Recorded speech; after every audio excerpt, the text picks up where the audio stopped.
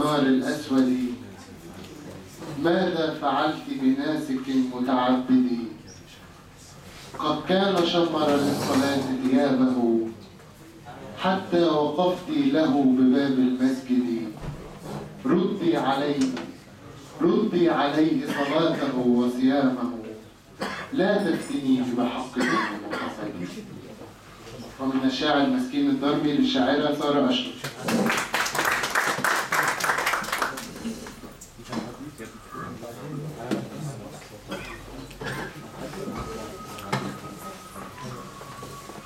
السلام عليكم. سعيدة بوجودي بينكم. عنوان القصيدة إحدى الحسنيين.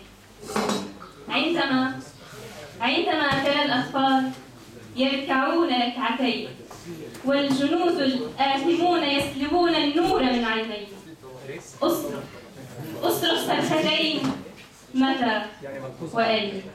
إن عجزت عن فهم السؤال فاسأل لجين، هي طفلة غزية لم تكمل العامين، فلربما صاغت جوابا هادرا يجمع المأساة في جزئين: حق ودين، صمت ودين، أو قد تصوغ الرد في حرفين: حب للوطن، ند يمتهن ورب يورث الأحياء جنتين.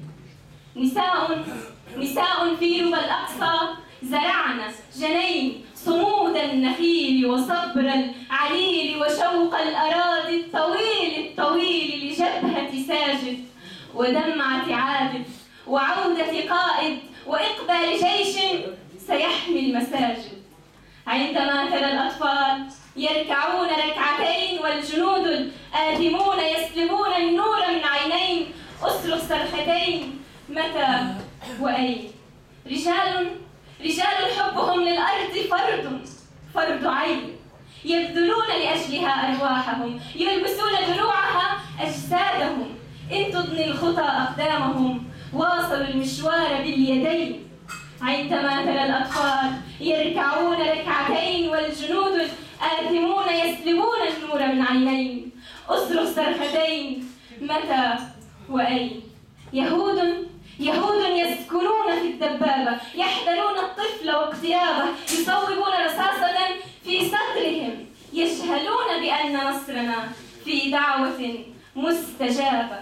عندما ترى الأطفال يركعون ركعتين والجنود الآثمون يسلبون النور من عينين، أصرخ صرختين متى وأين؟